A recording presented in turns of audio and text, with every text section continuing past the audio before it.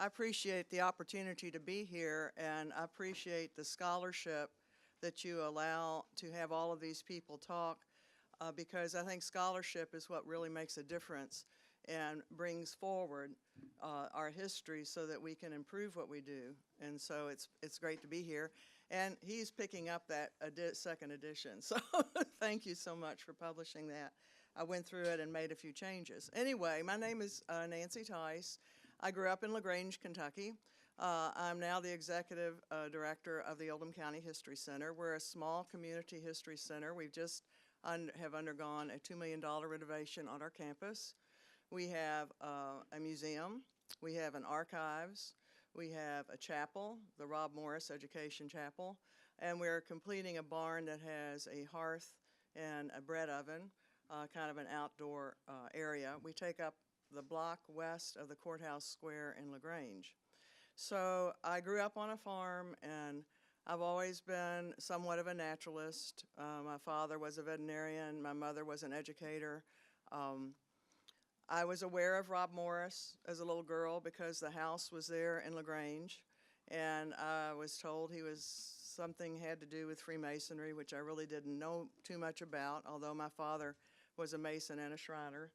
He never talked about it. And I remember going through the house when I was about 10 years old with my cousins who were visiting from Indiana, and the caretaker led us through the house. So at a very early age, I went through the house. But that was pretty much it. And then I'm a biology major. I got a master's in environmental education. And my PhD is on Otto Leopold, who is a great naturalist, and he constructed the first environmental education course in the world at the University of Wisconsin. So I got to go in those archives there. My viewpoint is really one of sense of place and environmental history. And so when I was at the History Center on this campus, there's several things I discovered in growing up in Oldham County. One, in our archives, we have a huge volume of slave records. These records are very revealing about the way that people interacted in the antebellum era. Henry Bibb was someone we brought forth. He was a slave who wrote about his experiences and his narratives, and we really embraced that. Some of the local people weren't really excited about that, but they've grown to like it because we're now with the National Park Service, National Underground Railroad Network, so we're a passport stamp place. The other thing was Marjorie Morgan Applegate, who is very much involved in the Order of the Eastern Star, and her husband Zeke bought together this group of letters that was written from Morris to his wife, about a 20-year period. I copied them all, and they went back to the Order of the Eastern Star, which the headquarters is in LaGrange as well, and they sat there. And I kept waiting for someone to come and transcribe the letters, and no one ever did, so I ended up doing it, and that's how I wrote the book. So we have in our History Center, we have a really nice display on Rob Morris. The bell is the bell from the Kentucky Masonic College. You can go ring it, and we love to have visitors. We're open throughout the year.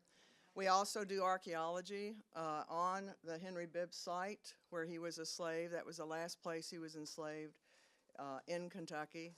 So that's a very important site for the National Park Service as well. So Rob Morris, this collection of letters was almost thrown out. Margie and her husband salvaged it. They cared for Ethel Morris, whose husband Leroy Morris was a great-grandson of Dr. Rob Morris. The letters were passed down through the family line. When Morris began these letters with his wife Charlotte, he instructed her to save them and bind the letters so they could read them in their old age. The collection of letters, which is now the property of the Grand Chapter of Kentucky, they're insightful about his life. So one of the things I really like, I'm more interested about what happened in place. We visit place a lot. I go around Oldham County and I think about all these people that were there in place and what must life have been like. And so it's very exciting to actually go to these places and realize that the history happened here. Oldham County is on the border of the Ohio River. That means that we are on the Mason-Dixon line. If you were enslaved, you could look across the river, and that was free soil. The antebellum period is where my studies have really landed now, between slavery and women's issues. And so our place was really interesting because the Ohio River was the artery of the heart of America at this time. And Rob Morris is going up and down the river during these years. Slaves are being sent down to slave markets or running across the river to free soil. It's a very exciting place, and we're right by Louisville. And the Falls of the Ohio in Louisville was a stopping point. It's kind of a swampy, nasty place, so a lot of people would stop in Westport, which was the little town that was originally the courthouse in Oldham County. One of the most difficult parts of researching Rob Morris was sorting out the Charlottes. I soon discovered that Rob Morris's mother was named Charlotte, his sister was named Charlotte, his wife was named Charlotte, and of course he had a daughter named Charlotte. So trying to organize these relationships was sort of difficult at the beginning, but then as I began to understand the letters, it wasn't so bad. Also, because most of these letter writings took place in the South, my husband, who's sitting there, Jim, and I traveled to those places. We wanted to visit the Little Red Schoolhouse. We wanted to try to find Mount Sylvan. We went to Jackson, Mississippi, where there's a monument there. So we were also trying to figure out how do you go through the South and the United States in this antebellum period. And what I found was pretty easy. People were doing it a lot. They weren't that isolated. There was a lot of mystery around Rob Morris. That was very confusing to me. What was interesting is there had not been a book written about Rob Morris, but there was a lot of mystery about this man, which really there is no mystery about his youth. It's written there in plain sight. His parents were Robert Peckham, who was born in 1789 to 1825, Charlotte Lavinia Shaw, 1786 to 1837. Robert and Charlotte married in Taunton, Massachusetts, December the 1st, 1811. They had 5 children. The first 2, John Fells Peckham and Mary Shaw Peckham, died in infancy. The third child, John Anson, was born in 1816, followed by Robert Peckham Morris in 1818, and sister Charlotte Fells Peckham in 1821. In 1821, the couple split, and Charlotte left her husband and returned back to Taunton, Massachusetts, taking the infant daughter, Charlotte Fells, with her. The 2 boys, John and Robert, were left to live with their father in New York City. On February the 2nd, 1825, Robert Peckham died at the New York City Hospital. John and Robert went home to live with their mother. Baptism records show that Charlotte, his mother, baptized her children, John, Robert, and Charlotte Fells, on May the 14th, 1826, at the Pilgrim Congregational Church in Taunton. In the same year, Charlotte Shaw Peckham married Silas Shepard, so she remarried. Charlotte died 11 years later on December 31st, 1837. Archivist Andrew Bossever at the Old Colony Historical Society in Taunton, Massachusetts, ran across student records from the Bristol Academy for Robert Peckham. The records show that Morris was enrolled from 10 years of age until 16 years at the Academy in the fall of 1828 through the spring of 1834. During this time, he changed his surname from Peckham to Morris, gave very little information about that change, but stated in later years, "I adopted the apparently quaint and odd cognomen of Rob as a prefix. The immediate cause of this was my determination not any longer to be confounded with the author Robert Morris from New York." In the following excerpt of a letter, Rob Morris indicated to his son John that he left home from New York at age 18. "My dear little boy, last Tuesday, the Whigs had a great time celebrating General Scott's entrance into the city of Mexico. The cannons roared, the trumpets sounded, and the bells rang. They had a barbecue at which 20,000 people ate their dinner. On Wednesday, the Democrats had a barbecue, but it rained hard. On Thursday was your birthday, and you were 9 years old. Only think of it, 9 years old. Why, in 9 more years you will be as old as I was when I left New York and went away to Illinois to keeping school. So he became a school teacher. You'll be as tall and big as I am now. I don't care much about your being tall and big, but I want you to be a good man. So that's always a theme through Rob Morris. Nobody can be a happy man unless he's a good man. As Morris journeyed west, he took more jobs as headmaster. Private schools were organized in these pioneer communities as westward expansion was rapidly advancing. Headmasters were sought to teach at these private seminaries, and job opportunities were readily available. Morris traveled to Tennessee and found a job close to Memphis at the DeSoto Academy, where he met his future wife, Charlotte Mendenhall. The Mendenhalls lived in Germantown, right outside of Memphis. In 1842, Robert and Charlotte moved to the vicinity of Oxford, Mississippi, where they had their first child, Robert Samuel Morris, who died within the year. They had their second son, John Anson Morris, September 17, 1843. On May 12, 1845, their first daughter, Charlotte Fales Morris, was born, and in 1845, Rob became president and professor of Mount Sylvan Academy near Oxford. A year before, he came into the light of Freemasonry. In his autobiography, he described Mount Sylvan as follows. I was principal of Mount Sylvan Academy, an institute of learning established the year previous, 12 miles west of Oxford, on the premises of a large-hearted Mason and most worthy citizen, Honorable James Brown. Adjoining the school grounds was a plantation, the property of Honorable Jacob Thompson, a distinguished politician of the day and subsequently Secretary of the Interior under President Buchanan. Near this lay the homestead of Honorable Isaac Davis, a gentleman of learning and leisure, afterwards of note in the Grand Lodge of Mississippi. Mr. Thompson, though not a Mason at the time, was after initiated in the same lodge with myself. Beside these, there was but the little society and the rather dreary Blackjack Hills surrounded by the academy. On March 5, 1846, at the Gatreith Lodge, number 33 in Oxford, Honorable James Howry, past Grand Master and High Priest of Mississippi, initiated the 28-year-old Morris into Freemasonry. Howry was a district judge in Mississippi and rector at the University of Mississippi at Oxford. So the University of Mississippi was just now being formed. Morris reflected on that moment years later. My first view of Masonry was on the evening of March 5, 1846, in the southwest corner jury room of the old courthouse in Oxford, Lafayette County. The attendance was scanty. The adornments of the lodge were in the highest degree shabby and mean.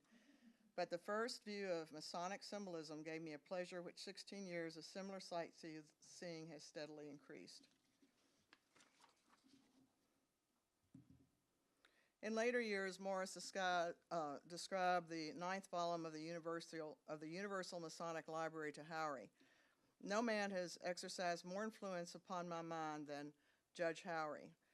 Judge James Morman Howry was well respected and admired. He was born in 1804 in Fincastle, Virginia.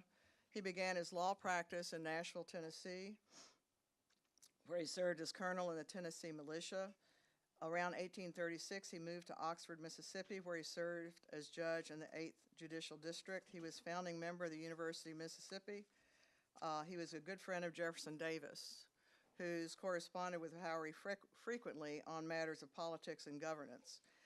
Howry and his wife, Narcissa Bowen, had several children, one which was James Henry Howry, who married Mary Buena Vista Burney. Burney's father, the Reverend Dr. Stanford Guthrie Burney, was a Mason and a Cumberland Presbyterian who moved from Memphis to accept the job of president of Mount Sylvan Academy in 1848 after Morris resigned. And the reason I bring out these relationships is to show how deeply influential these people were on Morris, and Morris was picking up these relationships that guided him through his professional life. So he was very well connected. And Burney, who became friends with Howry, established a Union Female College at Oxford, making Howry a trustee. Howery solicited Bernie to become professor of English literature as well as chair of the metaphysics department at the University of Mississippi. And that's interesting because this is when Morris got really involved in all of the metaphysical things of geology and symbolism. Charlotte's family, the Mendendals, were friends of the Bernies. So Bernie in particular encouraged Morris's interest in geology, and they worked together in the state legislature to establish the Geographical Survey of Mississippi. This was because the South was being razed, and all of the trees, all of the landscape was being cleared for cotton. And the British mercantile trade was growing, the demand for cotton was growing, and during these years of the 1840s and 50s, you see the increasing tension of slavery. And the North, they were no means not involved in this process. The people, all the capital investors were in New Orleans, in the mercantile trade, in the cotton industry. A lot of this cotton was being sent north. So it was a system that was all working within, and there wasn't any, the only difference between the people in the North working in the system was the sanitation of slavery not being directly involved in their hands.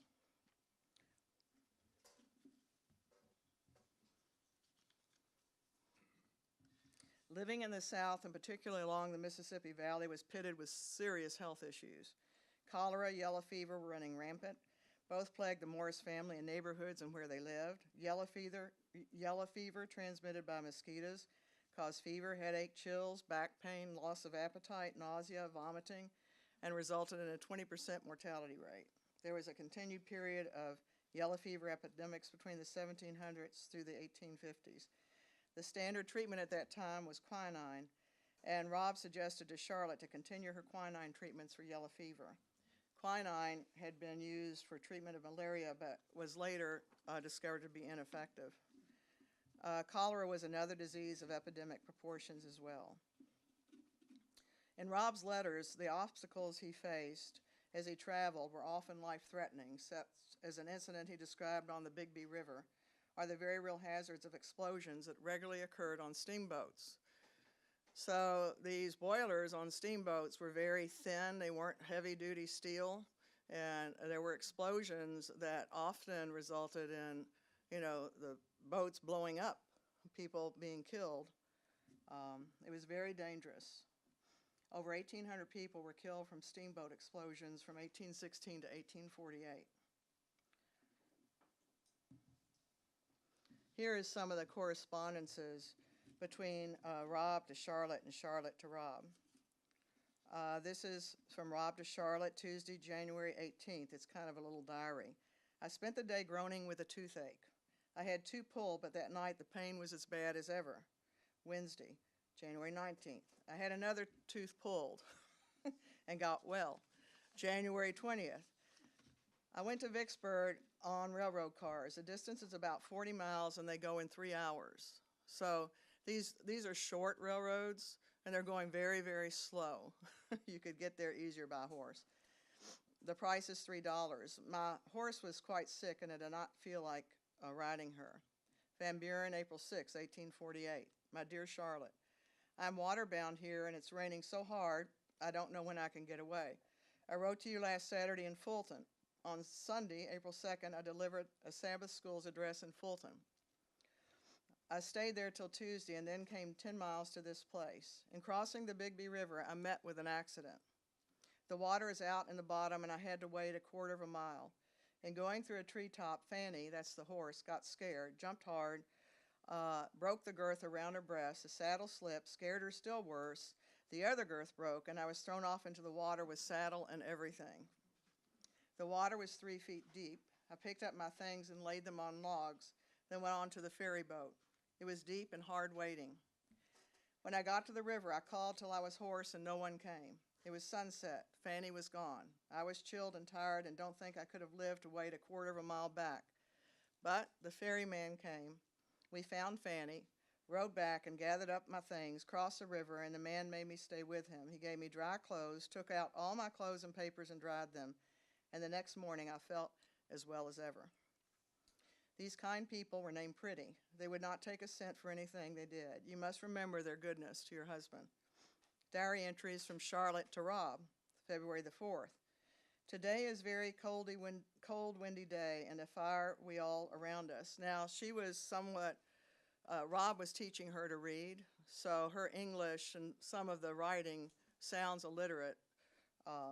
It only is on the way she writes. John is not learning anything, and it is a weight on my mind. The house is smoked all, and my eyes feel like they're almost smoked out. February 5th. It's cold today. John and Sis is still at Grandpa's. They've been there nearly all week, and I feel anxious to see them. John said Paul stays so long, he wonders if he will ever see Paul anymore. I told him that God would take care of Paul and bring him back again.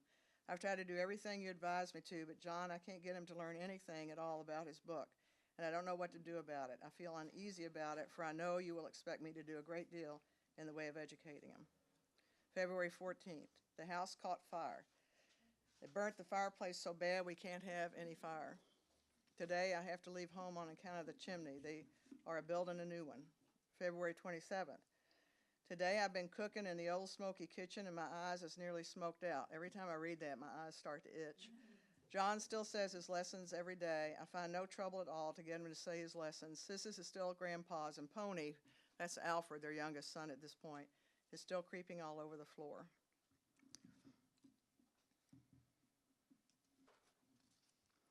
On February the 7th, 1848, the Mississippi State Legislature incorporated the trustee of the Eureka Masonic College at Richland, Holmes County, giving the trustees of the Eureka Masonic College the power to confer literary and honorary degrees.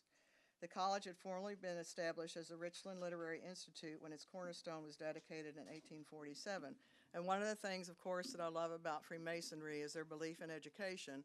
People are all equal and people all deserve a chance for education. And so you see a lot of these colleges, particularly for women, throughout the South, often under the sponsorship of local Freemason chapters and state as well.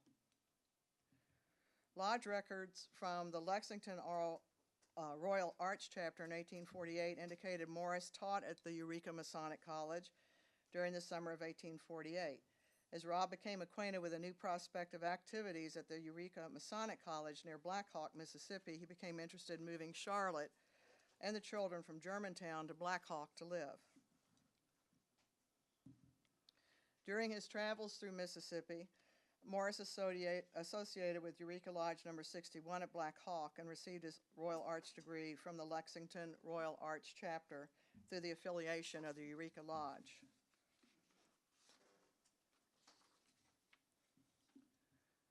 In 1850, the sale of subscriptions, he had stopped teaching at Sylvan Academy, and he thought he could make more money selling subscriptions to magazines and newspapers.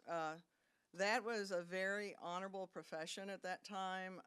Newspapers and magazines were like having your iPhone or computer, you know, and so it was very popular, and the only way to get those subscriptions sold would be to, you know, visit all these little towns, which he did. In 1850, the sale of subscriptions did not go as well. There was a national financial crisis that began to happen.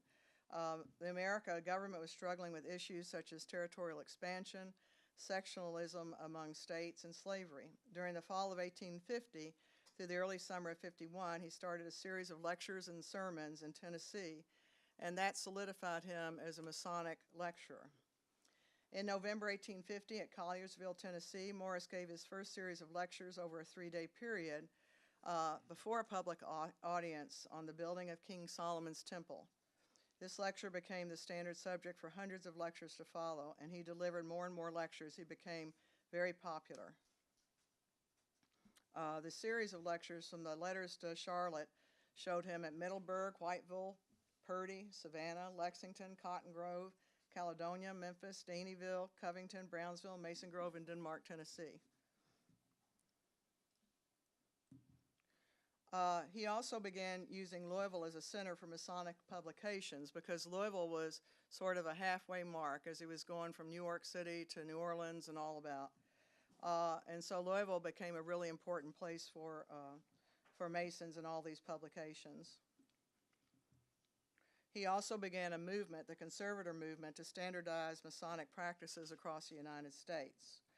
The first well-known and most popular book he wrote was The Lights and Shadows of Freemasonry, consisting of Masonic tales, songs, and sketches in 1852. It was a lighthearted narrative style where he repeated stories he had heard along his travels, mostly around Masons. He also became a good friend with J.F. Brennan, who operated a Masonic printing press in Louisville. He listed established lodges in the United States, and one of the things he was most concerned about was the lack of order in the lodges that he visited everywhere. It's really hard to assess how much he produced during this period. There's the Masonic Book of the Americas that focused on Eastern Star degrees, a history of Kentucky Masonry, Freemasons' almanacs, odes for Masonic occasions. I mean, the list goes on and on. Curiously, at this time, he also wrote a short novel. These kind of novels that were being written at the time were called plantation novels. This was called The Faithful Slave, that embellished the attributes of a slave as a faithful, dutiful, and attached member of a family. The gist of the novel followed the life of slave girl Luigi, who was accused of theft and accepted the accusation in order to protect her owner, Miss Caroline. At the end, she falls into good graces. Miss Caroline's boyfriend is the one who stole this money. Morris suggested the reader make their own conclusions about the institution of slavery. But what the novel did was provided a dismal lens into slavery. In retrospect, these plantation novels just became another contributions to a series of slavery manuscripts and narratives that led up to Harriet Beecher Stowe's Uncle Tom's Cabin, of which she observed slavery in Kentucky on the Ohio River, and that book is based upon that. On a personal level, they moved their family in 1852 to a new cabin in western Kentucky. Whew, it's hot in here, isn't it? Whew, it's getting hot up on this light. Okay. Lodgetown was established so a post office could be erected to handle the volume of Morris's mail. The lodge was close to the Union Church as well as a grist mill, and it was called Lodgeton. The home, Morris moved his Masonic membership to the Hickman Mills Point Lodge number 120, where he remained there as a member. He also established the First Order of the Eastern Star chapter at the Union Church. So that's the first chapter was there in Lodgetown in West Kentucky. The Morrises added new members to their family. Rob Morris, Sarah Mendenhall Morris, and Ruth Electa Morris were all born. John, Charlotte, and Alfred were now old enough to help with household duties. Life for Charlotte had eased up, even though she still faced the difficulties of managing a household.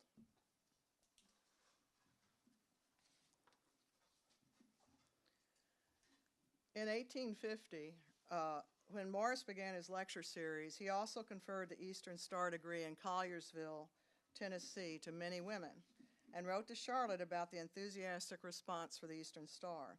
He would confer the degree for her, if she so desired, when he returned home. Historically, this is known as the first era of the Order of the Eastern Star under Morris's creation. His vision for this organization could not have come at a more important time.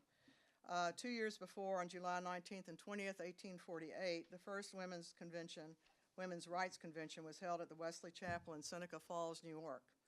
Up until this time, the women's movement was on a parallel course with abolitionists against slavery. Although these two movements had similar issues, their separation was important for clarity and for advancement in both regards. The Declaration of Sentiments issued at the convention declared that even though the Constitution of the United States declared that all are equal, there was a long train of abuses and usurpations of patient sufferances of the women under this government. Included in this declaration were facts or complaints such as the inability to vote, lack of access to fair wages, employment, educational opportunities, and inequality in laws of marriage with deeds, titles, possessions, including children's guardianship, to be in favor of the husband. In view of the unjust laws as stated in this declaration, women feel themselves aggrieved, oppressed, and fraudulently deprived of their most sacred rights, and insist they have immediate admission to all the rights and privileges which belong to them. The declaration was signed by both men and women, including the abolitionist Frederick Douglass. It provided an opportunity for women to gather within the realm of men's fraternities across America. So as Rob established the Order of the Eastern Star, all at once women, even in rural areas where there were lodges, they had the opportunity, if the particular lodge let them, come and meet for the first time, other than in a religious nature. So it was extremely important. It gave them a voice, and it connected them to a national framework of an organization that was well established within local communities. Morris saw the introduction of women into Masonic organizations as a way to improve Masonry. Freemasons inspired philanthropy, and Morris felt women were more empathetic to the causes of women and destitute children. If committees of charitable women, female members of the families of Freemasons, would but undertake our charitable disbursements, the widow, the orphan, and the destitute need no longer suffer neglect upon the plea that such oversight is not the proper work of men. Women would also keep the lodge rooms in better condition.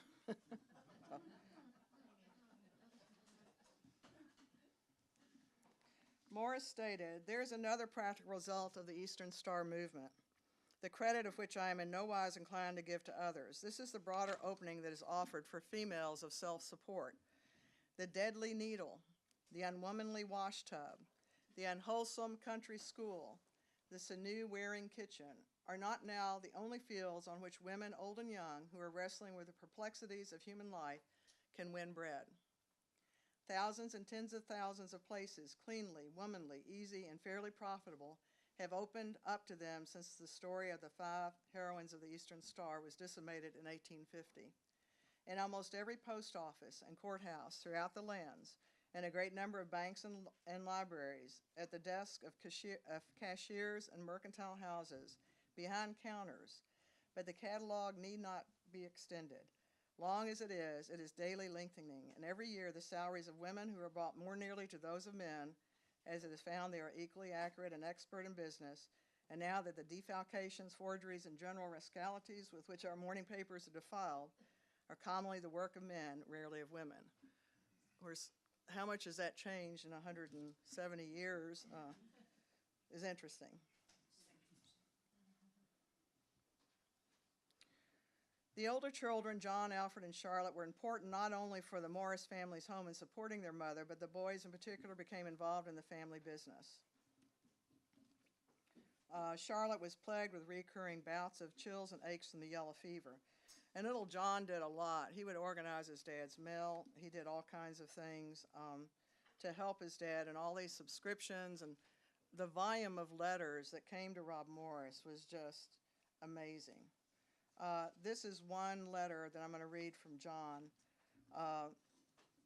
And John gets very, very literate, very well written, of course, the older he gets, because Charlotte's teaching him.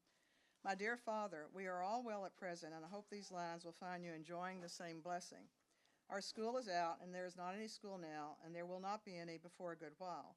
I helped at the mill last week, but I did not stay there today. They are grinding corn now, and will grind as long as they can get corn to grind. We have 100 bundles of fodder saved, and if the weather's good, we can save as many more. It's been raining so far the last week that Alfred could not do much at it, but he pulled some and tied up what he had pulled the front field, and it's gathered from the side next to the new stables belong the corn cribs. Ma got your letter from York today after Peckham went to Hickman today and will be back tonight or tomorrow. There's a good many sick persons around here. Mrs. Williams is dead.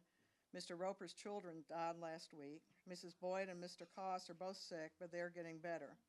Mrs. Brown folks have been sick, but are all getting well. The mill will be grinding wheat in a month or so, and they've got the new main shaft in, and both engines of mining the meal comes out nearly as fast as you can take it up. It's hot when it comes out. Everybody's bringing corn to have it ground up into meal. They commenced a grinding Friday, a ground a bushel in 2 minutes, and 12 bushels in half an hour. From your affectionate son, John Morris. And I just think it's interesting to get that picture from a child's point of view of what's going on. And the mill was certainly the center of activity, particularly in a rural area. The Fox Seminary was created in LaGrange in 1844, and it was gradually taken over by the Kentucky Masonic College. So that's a picture of it originally. That would be from 1860s. This is a site, it's by the fiscal courthouse today, and this is downtown LaGrange. And the reason LaGrange was chosen for this university is because it's located right along these railroad tracks. And it became a perfect place for people. It's fairly close to Louisville, and that's where Rob Morris came to teach. And when he came to LaGrange in 1860, that's where his final home was. He died in 1888. This is just a little program. It shows Rob Morris's name on it. This is a beautifully restored home that was the girls' place. The girls, both boys and girls, went to the Kentucky Masonic College. They came from Mississippi, Missouri, Louisiana, Tennessee, Kentucky, and they stayed in this dorm.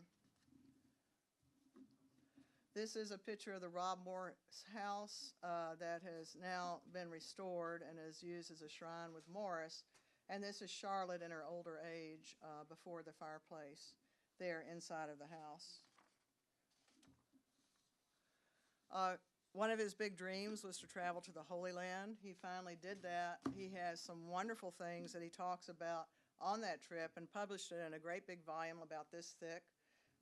There's a lot of humor there, and it shows a different side of Rob Morris and the way that he meets people and some of the things that he did. This is a pen that's in the Rob Morris house, and this is the chapel that's on our property that we've restored where we do our programs. This is Rob, of course, in his older years. He had a stroke, but he sort of recovered from that. He and Charlotte traveled a lot in the 1870s up through almost the year before he died. They visited all of these lodges. They started celebrating his birthday. One of the lodges, I can't remember which one it was, I think it was in Illinois, was the first lodge that actually started celebrating his birthday, and he visited there when he was alive. This is where he's buried at the Valley of Rest down from LaGrange. That's another shot of the house. And this is a picture of the fireplace in the funeral of Rob Morris. By the early 20th century, the Order of the Eastern Star was known worldwide. Women such as Red Cross founder Clara Barton was one of the most respected women in the world. She had become an OES member with an OES chapter named in her honor from Oxford, Massachusetts. Robert began his writing during the antebellum period of American history. His prolific writing and poetry, of course, gave him the honor of Poet Laureate for the 19th century. That in itself is a whole nother lecture to give, which I don't have time to do. But he began writing during the antebellum period of American history when American literature was being defined. Sculpted by writers like Ralph Waldo Emerson, self-reliance and experience were seen effective as intellect. And with this new literary direction, compositions developed around context of divisive issues like westward expansion, slavery, states' rights, and the women's movement. And Rob Morris was certainly in the middle of all of that. The market for magazines and newspaper subscriptions reached record level through the 1800s. It gave these new forums for American writers in all types of genres. Popular writers like Mark Twain and Washington Irving encouraged more amateur writers like Rob Morris to experience in these humorous short story forms.